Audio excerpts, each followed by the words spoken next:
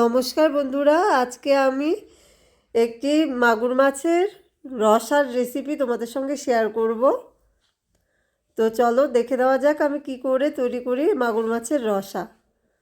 তো রসার জন্য আমি নিয়ে নিয়েছি 300 গ্রাম মাগুর মাছ। তো মাছগুলো পিস পিস করে কাটা আছে। এগুলোকে আমি লবণ হলুদ দিয়ে আগে থেকে মেখে রেখেছিলাম। এগুলোকে আমি লাল করে শুকনো তেলে ভালো করে ভেজে নেব আগে।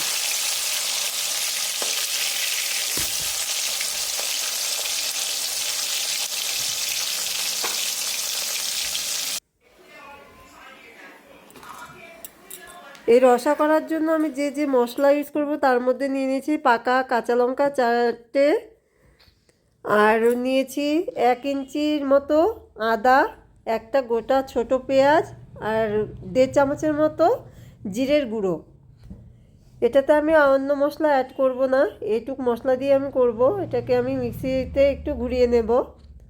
তো আমার মশলাটা মিক্সিতে ঘুরে রেডি হয়ে গেছে, দেখো একদম রেডি। আর আগের থেকে সেদ্ধ করে নিয়েছিলাম 4টে আলু, এগুলোকে আমি পিস করে কেটে নিয়েছিলাম। তো মাছ ভাজার পরে যে তেলটা অবশিষ্ট তেলটা রয়ে গেছে, এটাতে আমি কালো জিরে ফোড়ন দিয়ে দেব।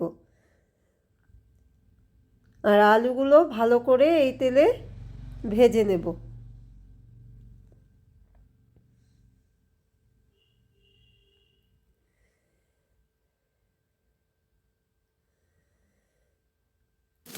এটার মধ্যে আমি স্বাদ অনুসারে রসাতে আমার যতটুকু নুন লাগবে সেই নুনটা আমি আইডিয়া অনুসারে সেটুকু নুন দিয়ে দেবো একবারে। আর দিয়ে দেব খানিকটা হলুদ গুঁড়ো।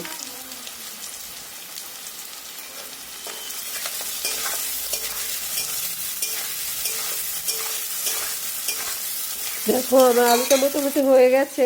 এখন আমি একটা ছোট সাইজের টমেটো ডুমো ডুমো করে কেটে নিয়েছিলাম, সেটাকে আমি দিয়ে দিলাম।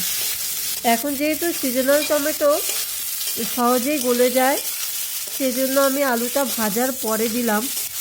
তাতে হালকা গলেও যাবে, আবার গোটাও থাকবে।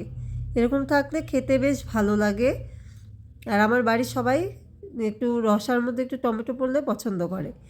আর যে আমি মিক্সিতে যে মশলাটা বেটে রেখেছিলাম সেই মশলাটা আমি এটার মধ্যে অ্যাড করে নিলাম। এখন এটাকে আমি ভালো করে কষিয়ে নেব।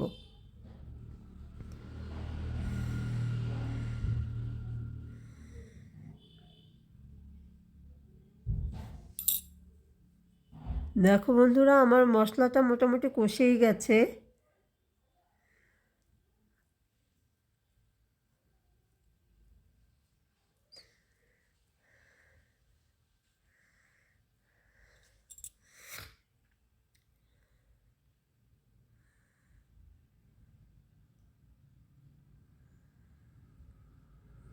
তো দেখো ভালোভাবেই কষে গেছে আমার মশলাটা।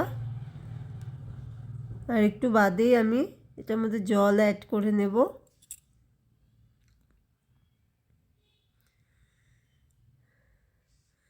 এখন এটার মধ্যে আমি বেশ খানিকটা জল দিয়ে দিব। একটু পাতলা টাইপেরই করব রসাটা, কারণ জ্যান্ত মাছে পাতলা রসা খেতে বেশ ভালো লাগে।